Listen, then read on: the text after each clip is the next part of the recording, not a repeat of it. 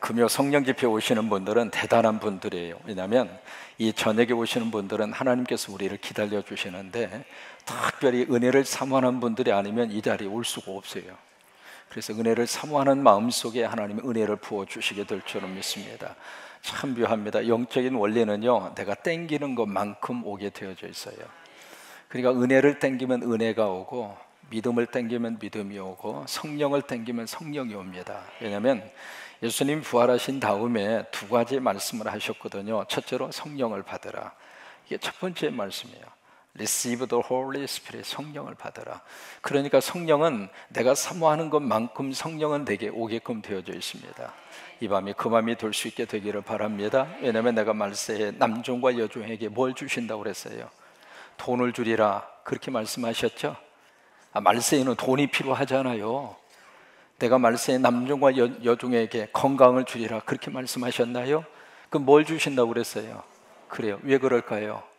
마지막 때에는 성령이 아니고서는 믿음을 승리할 수가 없어요. 마지막 때에는 성령으로 충만하지 않고서는 하나님의 말씀대로 살 수 있는 세상이 아닙니다. 왜요? 하도 세상이 이게 보고 싶은 것도 많고 재미있는 것도 많고 유혹하는 것도 너무 많아서 이 마지막 때가 되면 될수록 성령으로 우리가 충만하지 않으면 말씀의 토대 위에 우리가 설 수가 없어요. 그래서 마지막 때에 하나님이 주시고자 하는 선물은 성령입니다. 근데 그 성령은 누구에게 주는가? 아멘 하면서 받으려고 하는 사람에게 성령을 주시는 거예요. 그래서 예수님이 부활하신 다음에 Receive the Holy Spirit. 성령을 받으라. 그래서 그 말씀을 하시는 거예요. 이 밤이 그 밤이 될 수 있게 되기를 주의 이름으로 축원합니다. 성령을 받으면 힘이 나요. 성령을 받으면 하나님의 역사가 내 속에서 일어납니다. 성령을 받으면 큰 산 수룹바벨아, 네 앞에 태산 같은 수룹바벨이라 할지라도 성령을 받으면 그 앞에서 평자와 같이 하나님의 능력으로 역사가 나타나게 되고, 길이 열리게 되고, 하나님의 능력이 나타나게 되고. 그래서 우리 힘은 한계가 있지만은 성령님은 그 한계를 뛰어넘는 능력이 있는 분임을 믿으시면 아멘. 그래서 마지막 때일수록 뭘 받아야 돼요? 성령. 하모니카를 불 때에도 입에만 대고 있으면 소리 나는 게 아니잖아요. 어떻게 해야 돼요? 바람을 넣어야 돼요. 지금 마지막 때에는 하나님의 바람이 우리 속에 들어와야 하나님의 소리가 나가는 거예요. 그러니까 세상의 바람이 들어오면 세상 소리가 나가지만 하늘의 바람이 내 속에 들어오면 그 하늘의 바람이 바로 뭐냐면 루하흐, 바로 히브리어로 그것이 바로 뭐냐면 하나님의 영이란 말이에요. 하나님의 영이 우리 가운데 바람으로 확 하고 성령의 바람이 우리 가운데 불어오면 우리 속에 하나님의 거룩한 역사가 나타나게 될 것이고, 기적이 나타나게 될 것이고, 능력이 나타나게 될 것이고, 어둠의 영은 예수의 이름으로 떠나갈지어다. 예수의 이름으로 떠나갈지어다. 왜요? 사람은 생각대로 되어지게 되어 있어요.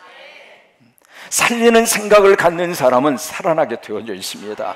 그러나 아무리 좋은 환경이라 할지라도 죽는 생각을 하는 사람은 죽어요. 냉동차로 꾸며진 기차 안에서 일을 하는 분이 계셨어요. 다른 사람 다 퇴근하고 혼자 들어가서 냉동칸에서 이렇게 일을 하다가 갑자기 툭하고 문이 잠겨져요. 문이 잠겨지는 순간 무슨 생각을 했느냐면, 나 이제부터 얼어 죽는다. 그 생각이 한 거예요. 왜? 그 냉동칸은 밖에서 열어주지 않으면 열 수 없는 그런 냉동칸 기차였거든요. 그래서 이제 그 안에 혼자 갇혀가지고, 와, 이제부터 내가 얼어 죽는구나. 왜? 냉동칸에 거기가 보통 평균 기온이 마이너스 10도, 14도 그 정도 내려가니까 얼어 죽죠. 그래서 이제 마지막 정신이 가물가물하면서 이제는 내가 얼어 죽는구나, 내가 이제는 심장이 멈추는구나. 그래서 너무 가족이 그리웠고 자기가 이렇게 죽는 것이 억울하기도 하고, 그래서 그 벽에다가, 냉동칸 벽에다가 그 쪽깨알 같은 글씨로 글씨를 쓰는 거예요. 의식이 있는 순간까지. 그때 결국 그 다음날 발견을 하고 냉동칸을 열어보니까 그 사람은 죽어 있어요. 죽어 있었는데 놀란 것은 그 냉동칸이 그날 저녁에 작동이 안 됐어요. 그래가지고 냉동칸이 얼어 죽을 만한 기온이 아니었어요. 근데 왜 얼어 죽었어요? 생각이 죽은 거예요. 그러니까 생각이 죽으면 몸도 죽게 되어져 있거든요. 근데 성령의 바람이 불면 하나님이 우리 생각을 살려주시는 거예요. 하나님이 우리 생각을 살려주시면 참 묘하게도 몸도 살아납니다. 몸도 살아나면 참 묘하게도 건강도 살아납니다. 건강도 살아나면요, 사람이 할 수 있는 능력이 생기는 거예요. 그리고 하나님의 역사하심 가운데 하나님의 능력이 우리 속에 임하면은 참 묘하게도 내가 생각하지 못했던 그 일까지도 할 수 있도록 누가 도와주시는가? 하나님이 도와주시고 성령이 도와주시는 거예요. 오늘 이 금요 심야 집회가 여러분 속에 그런 능력이 있게 되기를 주의 이름으로 축원합니다. 주의 이름으로 축원합니다. 짐 콜린스라고 하는 스탠포드 대학의 교수가 있습니다. 그분이 쓴 책 가운데 참 아주 독특한 책이 있어요. 한번 준비가 됐으면 소개를 한번 스크린 통해서 한번 소개를 해드렸으면 좋겠는데, 준비가 됐습니까? 짐 콜린스라고 하는 스탠포드 대학의 교수가 쓴 책 가운데 무슨 책이 있느냐면, 안 나오네. 안 나와도 괜찮아. 그냥 할 테니까. 뭐냐면 성공하는 기업의 8가지 습관이라고 하는 책이 있습니다. 그러니까 여러분, 스티브 코비라고 하는 사람이 쓴 그 성공하는 사람의 7가지 습관, 그 책이 있잖아요. 그 책이 세계적으로 그 베스트셀러가 됐어요. 베스트셀러가 됐는데, 이 짐 콜린스라고 하는 사람, 방송실 준비가 되면 좀 띄워줬으면 좋겠어요. 스탠포드 대학의 짐 콜린스라는 사람이 쓴 책은, 책의 제목이 조금 비슷한데 좀 틀려요. 성공하는 기업의 8가지 특징이라고 하는 책이에요. 그 책에 보시면은 무슨 내용이 기록이 되어져 있느냐면, 그 책은 그 경영학이나 경제학을 그 공부하는 친구들이 있어서는 아주 교과서처럼 생각하는 책 가운데 하나입니다. 근데 그 책에서 짐 콜린스가 그 이야기해요. 뭐냐면 이 세계적으로 유명한 기업을 연구를 해보니까 거기에 CEO, 최고의 책임자들이죠. 그 책임자들이 우리가 상상할 수 없는 카리스마를 가진 사람들이 최고의 책임자로 있는 것은 아니더라 이거예요. 의외로 이 세상에 성공하는 기업들의 CEO, 최고 경영자들을 보니까 평범한 사람, 아주 일반적인 사람, 그런 사람들이 그렇게 전 세계적인 기업을 일구면서 그렇게 성공을 했더라는 거예요. 그 중에는 국민학교도 제대로 못 나온 사람이 수두룩하다고 하는 거예요. 여러분, 우리 자녀들이 공부 못한다 할지라도 세계적인 기업을 이루면 축복이에요. 아멘. 크게 하면 좋아요. 다시 하겠습니다. 공부 못한다 할지라도 세계적인 기업을 이루면 되는 거예요. 꼭 공부만 잘한다고 되나요? 공부 못해도 하나님께서 귀하게 들어 쓰시면 너무 귀한 하나님의 역사하심 가운데 세계적인 인물이 나올 수가 있거든요. 근데 그 짐 콜린스라는 사람이 그걸 본 거예요. 국민학교도 나오지도 못했는데 세계적인 기업을 일구더라는 거예요.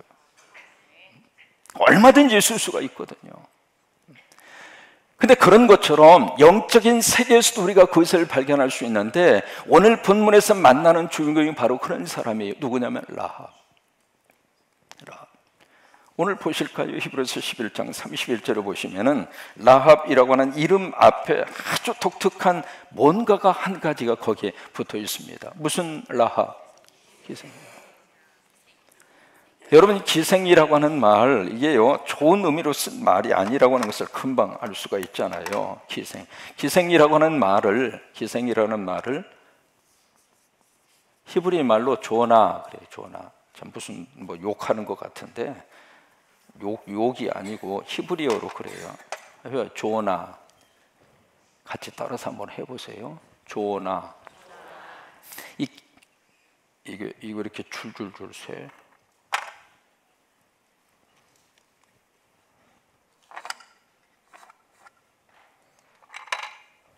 그 기생이라고 하는 말을 히브리어로 이제 조나.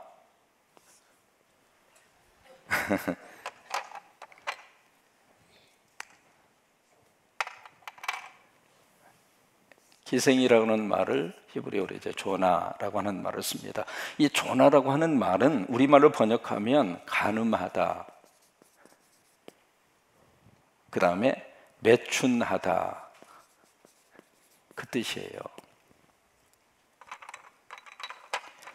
그러니까 사람 이름 앞에 기생이라고 하는 말이 붙었다는 자체가 사실은 평범하지가 않죠. 그죠? 그러니까 지금 우리 번역에는 그냥 기생 그렇게 되어져 있습니다만은 저것을 원어에 가깝게 우리가 번역을 하면 매춘부, 또는 우리가 쉽게 한번 번역을 해볼까요? 창녀. 또 우리가 다르게 한번 번역을 해볼까요? 뭐라고 번역할 수 있을 것 같아요? 뭐가 있죠? 더 이상 생각이 안 나요, 나도. 그러니까 이 라합이라고 하는 사람 이름 앞에 기생이라고 하는 히브리어 조나라고 하는 말이 붙어서 라합을 이렇게 성경이 지금 소개를 하고 있거든요. 그러면 히브리서 11장에 보시면 히브리서 11장 1절부터 시작을 해서 믿음의 거성들만 쭉 열거가 되어져 있어요. 아브라함부터 시작해서 아브라함과 이삭과 야곱과 그 다음에 다윗과 모세와 할 것 없이 성경이 기록이 되어져 있는 이 히브리서 11장에 기록이 되어져 있는 모든 그 사람들은 믿음의 거성들이에요. 근데 그 믿음의 거성의 한 복판 속에 기생이 등장하는 거예요. 기생이. 그러면 창녀이고 매춘부이고 그리고 간음을 통해서 그것을 통해서 생활을 하고 있는 한 여성의 이름이 어떻게 믿음의 거성들 명단 속에 들어갈 수가 있느냐 말이에요. 그런데 오늘 31절을 보실까요? 이 라합 앞에 왜 구태여 기생이라고 하는 말을 붙여야 됐을까? 그런데 그 기생 앞에 더 신비로운 단어 하나가 나오고 있습니다. 무엇으로? 믿음으로. 그러면 믿음으로라고 하는 그 단어가 기생의 모습을 가지고 살던 라합의 인생을 바꿔버린 거예요. 세상으로 보면 기생이잖아요. 세상으로 보면 매춘부잖아요. 세상으로 보면 몸을 팔아서 살고 있는 창녀란 말이에요. 그 창녀로 살던 그 사람의 인생을 무엇이 바꾸었는가? 그의 믿음이. 그래서 믿음으로 기생 라합은 그것으로 끝났으면은 그 인생이 드러날 게 아무것도 없죠. 근데 그 앞에 뭐가 붙어 있어요? 믿음으로. 그러니까 믿음으로라고 하는 단어가 들어가면 우리 인생이 달라지는 거예요. 그래서 여러분 이름 앞에 믿음으로가 꼭 들어갈 수 있게 되기를 주의 이름으로 축원합니다. 그냥 차상령이 아니라 믿음으로 차상령, 그렇게 들어가는 게 축복이잖아요. 그런 것처럼 믿음으로라고 하는 단어가 들어가면 그 다음에 그 어떤 인생을 살았다 할지라도 하나님이 바꿔버리시는 거예요. 근데 믿음으로라고 하는 이 단어가 들어가지 않으면 그 앞에 아무리 좋은 학식과 아무리 좋은 지위의 명칭이 들어간다 할지라도 지옥 간단 말이에요. 그럼 여기 믿음으로 영어로 by faith라고 하는 단어를 쓰잖아요. by faith. 믿음으로.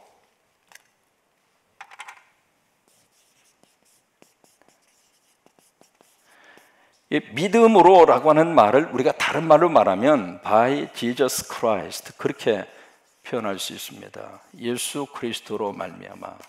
예수 그리스도로 말미암아.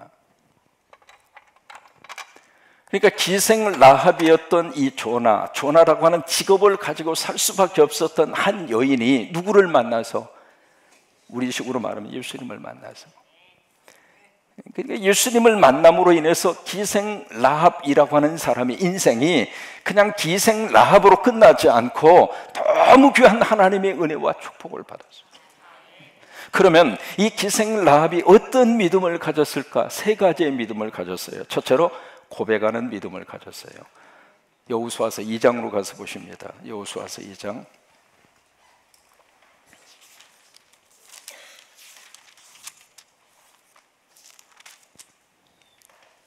8절입니다. 여호수아서 2장 8절.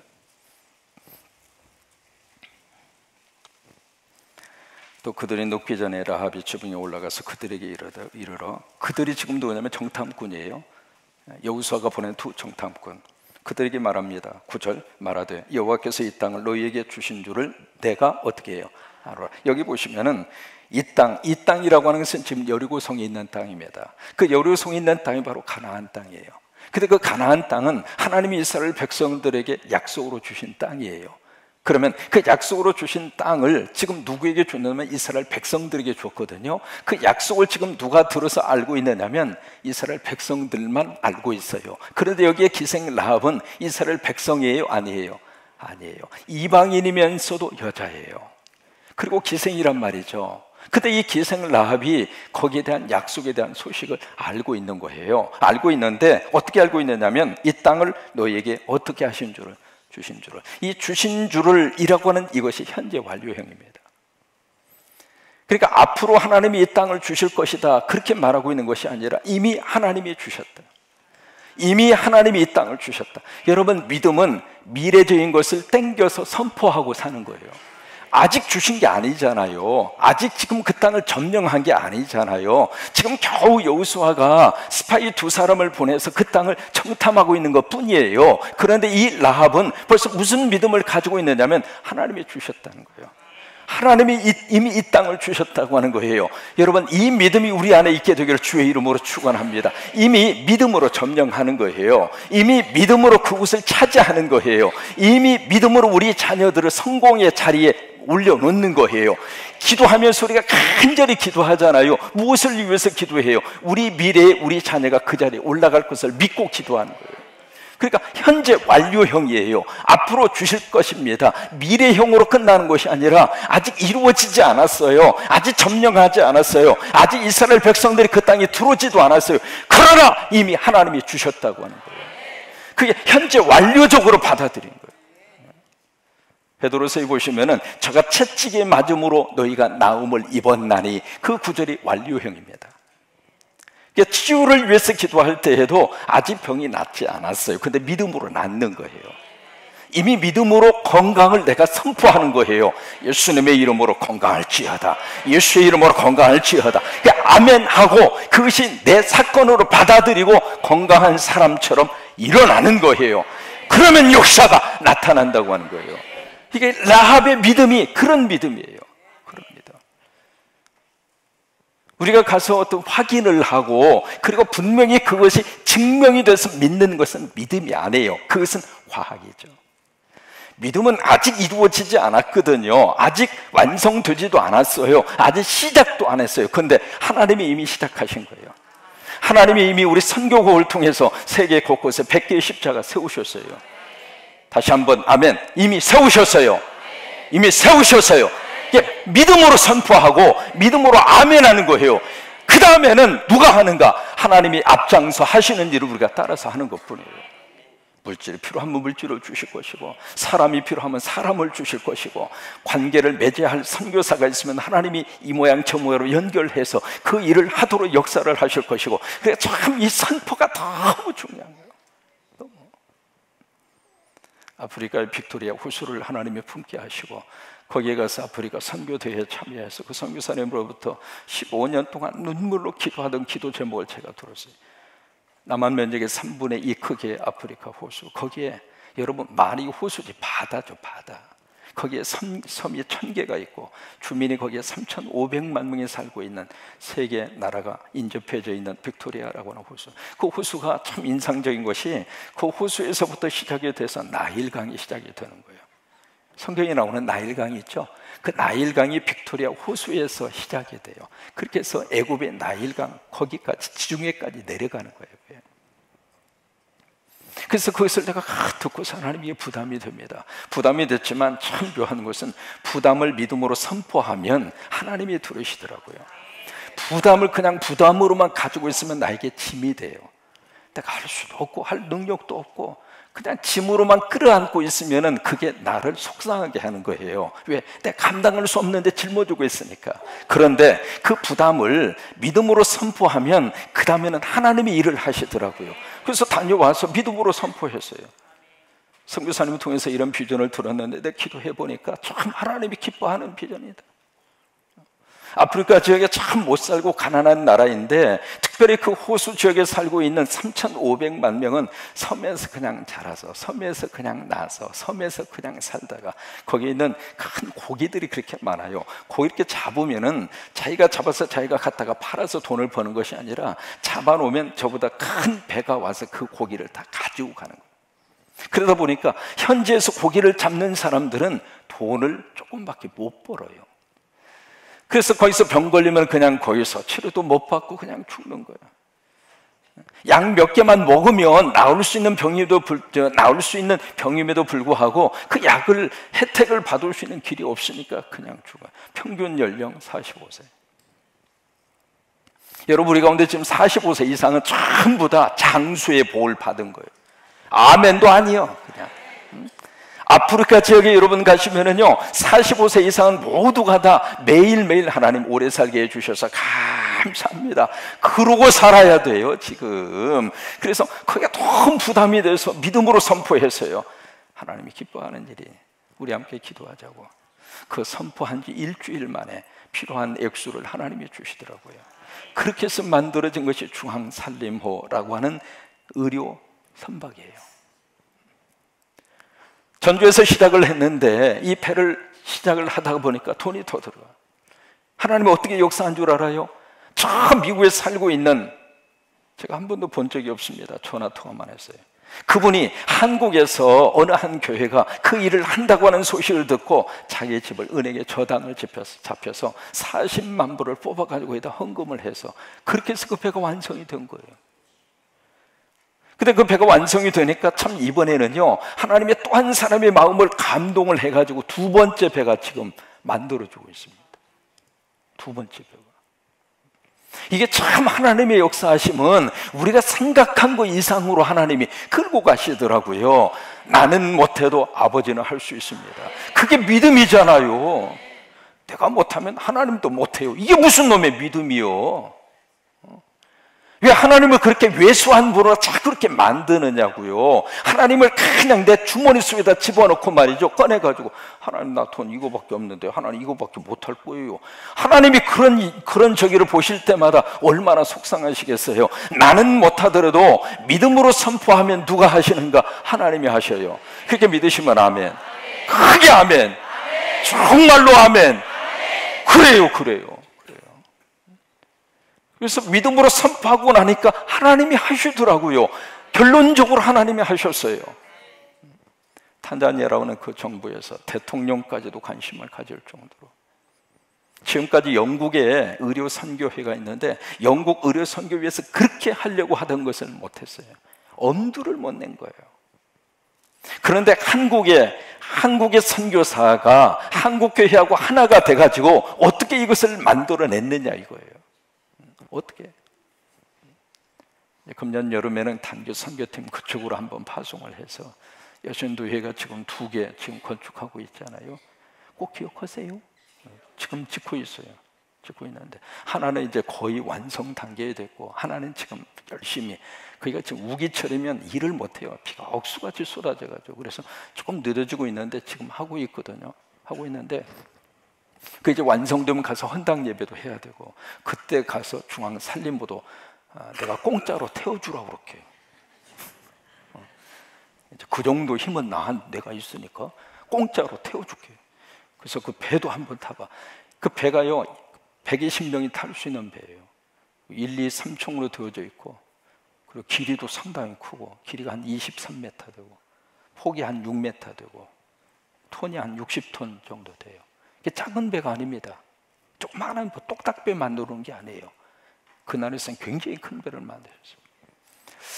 제가 그 사역을 하면서 참 뼈저리게 느낀 게 있어요. 여기 라합의 믿음의 고백처럼 여호와께서 이 땅을 너희에게 주신 줄을 내가 아노라. 이방인 여자였고 하나님 믿는 사람도 아니었잖아요. 그런데 이 라합은 들려오는 소문을 듣고 아하, 진짜 하나님은 이분이구나. 그리고 그 하나님이 약속하신 대로 이 땅을 하나님이 주셨다. 그 믿음이 있었어요. 그 믿음이. 그러면서 구절을 계속 보실까요? 우리가 너희를 심히 두려워하고 이 땅 주민들이 다 너희 앞에서 간담이 녹나니 이는 너희가 애굽에서 나올 때 여호와께서 너희 앞에서 홍해물을 마르게 하신 일과 너희가 요단 저편에 있는 아모리 사람의 두 왕 시혼과 옥에게 행한 일, 곧 그들을 전멸시킨 것을 우리가 어떻게 했어요? 들었습니다. 두 번째, 전능하신 하나님에 대한 고백. 첫 번째 아합의 믿음의 고백은 바로 주권자 하나님에 대한 고백. 이 땅의 주권은 하나님이다 이거예요. 그러니까 그 하나님이 그 땅을 너희들에게 주셨다. 그 믿음의 고백이고, 두 번째, 전능하신 하나님. 그래서 홍해의 물을 마를 수 있을 정도로 전능하신 하나님, 두 왕 시혼과 옥에게 행한 일, 그들을 전멸시킬 정도로 전능하신 하나님. 그게 이제 라합의 고백의 믿음이었어요. 그리고 11절을 보실까요? 같이 있습니다. 우리가 듣자 곧 마음이 녹았고 너희로 말미암아 사람이 정신을 잃었나니 너희의 하나님 여호와는 위로는 하늘에서도 아래로는 땅에서도 하나님이시나. 유일하신 하나님에 대한 고백. 하나님밖에 없다 이거예요. 하나밖에 없다 이거예요. 그리고 이것이 라합의 믿음이에요. 어떤 믿음? 고백하는 믿음. 고백하는 믿음. 로마서 10장에 보시면은 사람이 마음으로 믿어 의에 이르고 입으로 시인하여 구원을 얻느니라. 그래서 입으로 자꾸 시인하셔야 돼요. 입으로 자꾸 고백하셔야 돼요. 그러니까 뭔가 하나님의 역사와 능력이 발하기를 원하시면 입술의 고백이 먼저 나가야 돼요. 먼저 말로 뿌려놓아야 돼요. 먼저 말로 시인이 나가야 돼요. 하나님, 우리 성광교회는 하나님의 거룩한 역사로 5천 성도가 될 것입니다. 할렐루야. 제가 우리 장로님들하고 쭉 만났는데 만난 그 자리에서 목사님 5천 명 그러더라고. 그래서 어떠면 왜 이렇게 적게 이야기한대야 속으로만. 그러니까 미리 그것을 우리가 선포하는 거예요. 선포. 그러니까 우리 입술로 먼저 내 운명을 개척하는 거예요. 그러니까 그 사람의 말을 가만히 들어보면 그 사람 미래가 보이는 거예요. 무슨 얘기가 있느냐면요, 부정적인 말을 하는 사람과는 절대로 일하지 말아라. 안 된다고 하는 말을 하는 사람하고는 일을 하지 말라. 왜? 나도 안 되니까. 그러니까 그 사람의 말을 들어보면 그 사람의 생각이 나오고 그 사람의 미래가 나오고 그 사람의 운명이 그 말을 통해서 나오게 되어져 있거든요. 그러니까 자꾸 입술로 고백을 해야 돼요. 하나님 역사가 나타나기를 바라고 성령이 도와주실 줄을 믿고, 그러니까 뭔가 목적을 딱 놓고 목표의식을 딱 설정한 다음에는 그것을 입술로 자꾸 우리가 고백하고 입술로 자꾸 뿌리는 거예요. 하나님 우리 자녀들을 축복해 주실 것이다. 하나님 우리 자녀들을 크게 들어 쓰실 것이다. 하나님이 우리 교회를 귀하게 들어 쓰실 것이다. 하나님이 우리 목사님을 하나님이 들어 쓰실 것이다. 하나님 우리 모든 성도들 예배할 때마다 이 설교를 통해서 하나님의 복을 주실 것이다. 자꾸 그렇게 입술로 고백이 나가야 되거든요. 라합이 그랬단 말이에요. 두 번째로 라합은 어떤 믿음을 가졌는가? 행동하는 믿음. 첫째는 고백하는 믿음이고 두 번째는 행동하는 믿음이에요. 15절을 보십니다. 시작. 라합이 그들을 창문에서 줄로 달아내리니 그의 집이 성벽 위에 있으므로 그가 성벽 위에 거주하였습니다. 실질적으로 행동을 하잖아요. 고백한 것으로 끝나지 않고 라합은 구체적으로 행동을 해요. 그래서 이 두 정탐꾼을 숨겨줘요. 숨겨주고 결국 자기의 왔던 곳으로 안전하게 돌아갈 수 있도록 그 모든 역할을 행동으로 라합이 실질적으로 움직입니다. 야고보서 2장으로 가서 보실래요? 야고보서 2장 25절.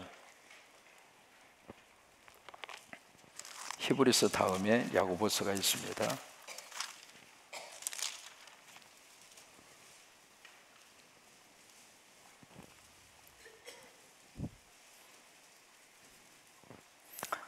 야고보서 2장 25절 같이 한번 읽겠습니다. 또 이와 같이 기생 라합이 사자들을 접대하여 다른 길로 나가게 할 때에 행함으로 의롭다 하심을 받은 것이 아니냐. 그러니까 행동이 있었단 말이에요. 행동이. 그러니까 행함으로 의롭다 하심을 받은 것이 아니냐. 26절. 영혼이 없는 몸이 죽은 것 같이 행함이 없는 믿음은 죽은 것이라. 야고보 사도는 이 라합의 이 행동하는 믿음을 여기서 언급을 하고 있어요. 참고적으로 기생 라합에 대한 언급이 성경에 4번 나옵니다. 그러니까 여호수아에 2번 나오고 히브리서에 1번 나오고 야고보서에 나오고. 그러니까 이 기생 라합이 그 믿음이 있었어요. 행동하는 믿음. 토마스 구름이라고 하는 에일대 교수가 있어요. 토마스 구름 에일대 교수가 있는데 이 사람이 믿음의 단계를 3가지 단계로 우리에게 설명을 해주고 있습니다. 첫 번째 단계가 뭐냐면 인지적 신앙의 단계. 스크린 한번 보여줘봐요. 토마스 구름이라면 에일대 대학의 교수입니다. 믿음이 되게 이제 저렇게 3가지 단계로 이루어지게 되거든요. 첫째가 인지적 차원의 신앙. 무슨 얘기냐면 처음 믿음의 단계로 들어가면 믿어야 돼. 믿어. 그러니까 faith as believing, 내가 믿는 거예요. 믿는 거. 그래서 자꾸 예수님이 이것을 네가 믿느냐, 이것을 네가 믿느냐. 왜? 믿어야 역사가 먼저 시작이 되니까. 그게 첫 번째 단계거든요. 그 다음에 두 번째 단계는 faith as trusting에서 신뢰하는 단계.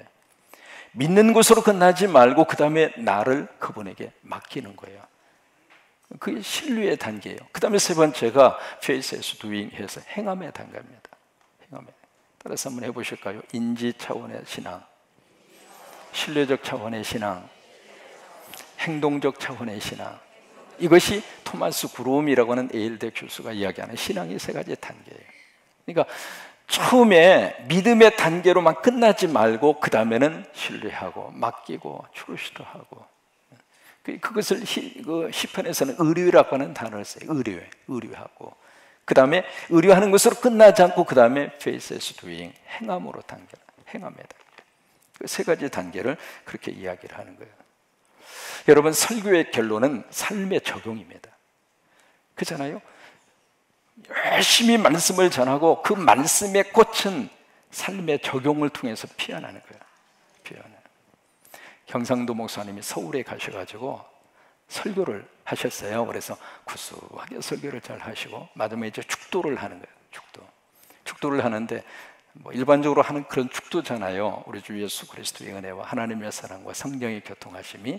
그 다음에 이 목사님이 어떻게 축도를 하느냐면 설교 멘치로 살랐고, 그러니까 설교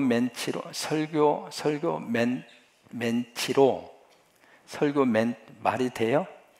설교 멘치로 살랐고 다짐하는 성도들에게 있을지어다. 그렇게 이제 경상도 목사님이 축도를 한 거예요. 근데 이게 참 중요한 마지막 멘트입니다. 설교 멘치로 설교만큼만 살랐고 다짐하는 성도들에게. 이게 무슨 얘기냐면 설교의 마지막 결론은 삶이에요. 행동이라 이 말이에요. 그러니까 여기서 은혜를 받고 해서 끝나지 말고 은혜 받은 역사는 어디로 가야 되느냐? 가정으로 가요. 그래서 가장 먼저 설교의 적용은 가정입니다. 그러면 가정 안에서 첫 번째 설교의 적용은 누군가? 저 같으면 비서실장에게 적용을 먼저 해야 돼요. 만약에 내가 설교를 하고 비서실장에게 적용을 안 하면 설교자로서 빵점이에요. 제가 설교하면서 늘 눈치 보잖아요. 한 여인을 눈치를 보는. 자꾸 내가 곁눈질을 하면서 봐요. 왜?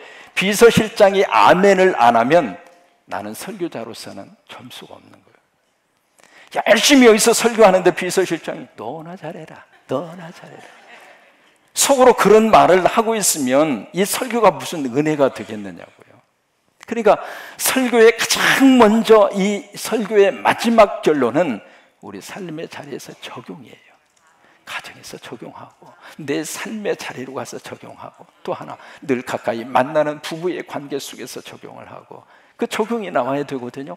이 라합은 그 행함의 믿음이 있었다고 하는 거예요. 행함의 믿음. 그 다음에 세 번째, 라합은 무슨 믿음을 가지고 있었는가? 상급받는 믿음을 가지고 있었어요. 첫 번째, 두 가지의 상을 받아요. 가족을 구원하는 상을 받습니다. 여호수아서 6장으로 가서 보실까요? 여호수아서 6장.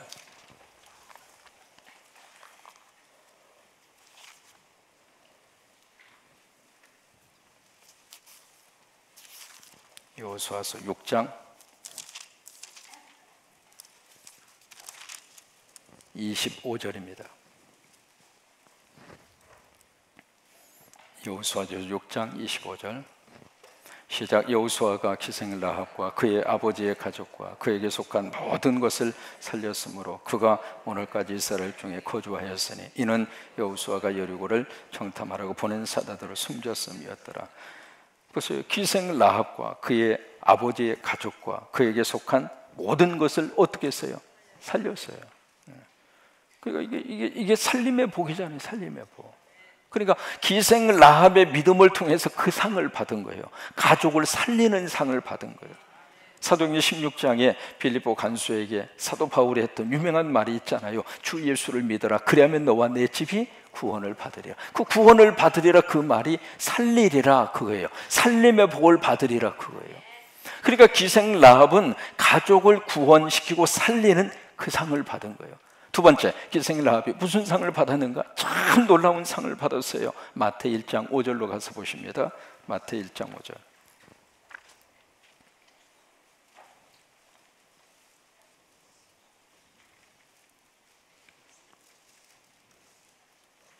마태 1장 5절 시작. 살몬은 라합에게서 보아스를 낳고, 보아스는 루색에서 오벳을 낳고, 오벳은 이새를 낳고, 이새는 다윗 왕을 낳으니라. 다윗은 우리아의 아내에게서 솔로몬을 낳고. 이게 무슨 얘기야? 라합이 바로 누구의 조상이 돼요? 예수 그리스도의 조상이 돼요. 지금 마태 1장에 48명이 나옵니다. 48명 이름 나오는 가운데 여자 이름이 4명이 나옵니다. 그 중에 한 사람이 라합이에요. 그러니까 이 라합은 메시아의 복을 받은 거예요. 예수님의 상을 받은 거예요.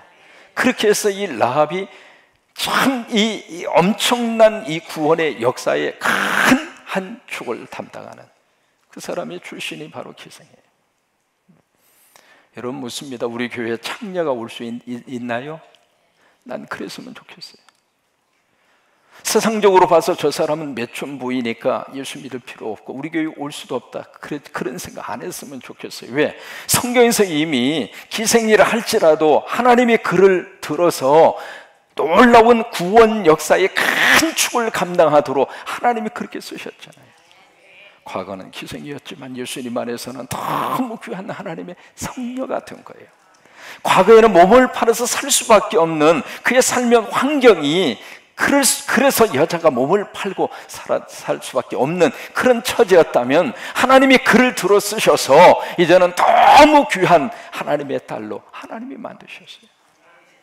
우리가 기생 라합을 보면서 여러분, 저와 여러분도 소망이 있습니다. 얼마든지 예수님 안에서 믿음으로 우리 인생이 변화된 인생으로, 축복된 인생으로, 하나님의 복을 받는 인생으로 하나님 우리 모두를 그렇게 들어 쓰시고 그렇게 역사하시고 그렇게 축복하시고 그렇게 인도해 주시게 될 줄로 믿습니다. 영국 성공회 출신 가운데 한 분이 계세요. 그분의 이름을 제가 적어왔었는데,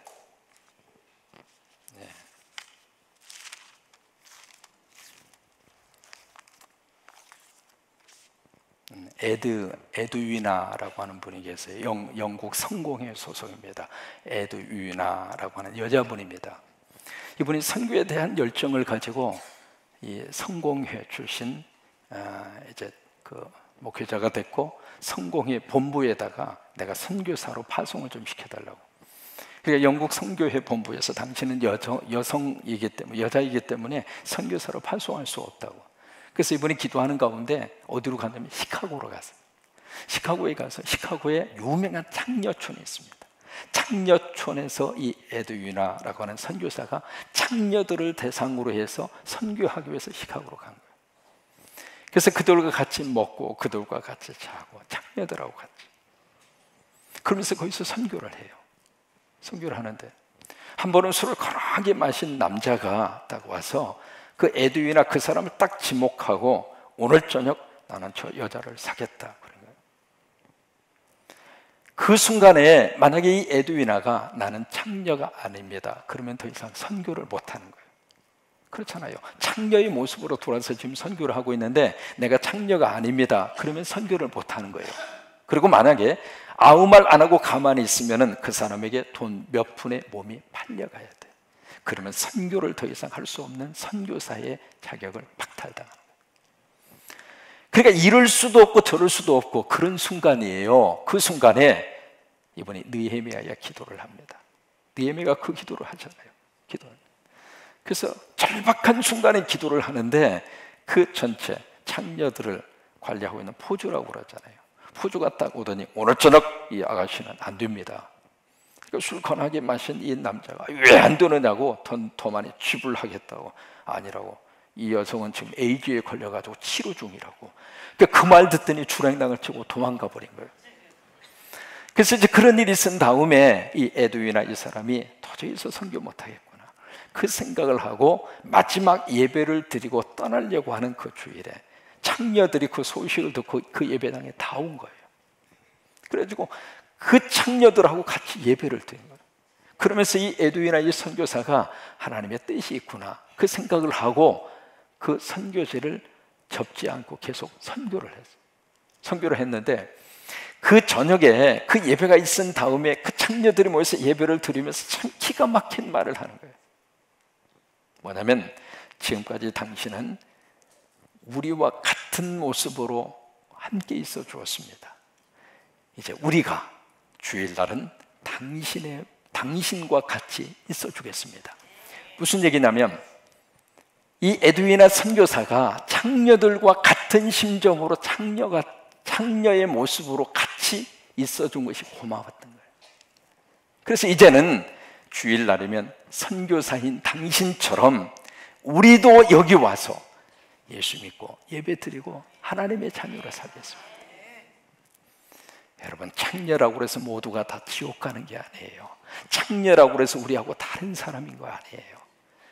얼마든지 믿음으로 기생이라 할지라도 하나님이 변화시켜서 하나님이 들어쓰셔요. 여러분, 그 믿음을 통해서 오늘도 큰 은혜가 넘칠 수 있게 되기를 바랍니다. 함께 기도하면서 그런 역사와 능력이 임하게 되기를 주의 이름으로 축원합니다. 같이 우리 찬송합니다. 예.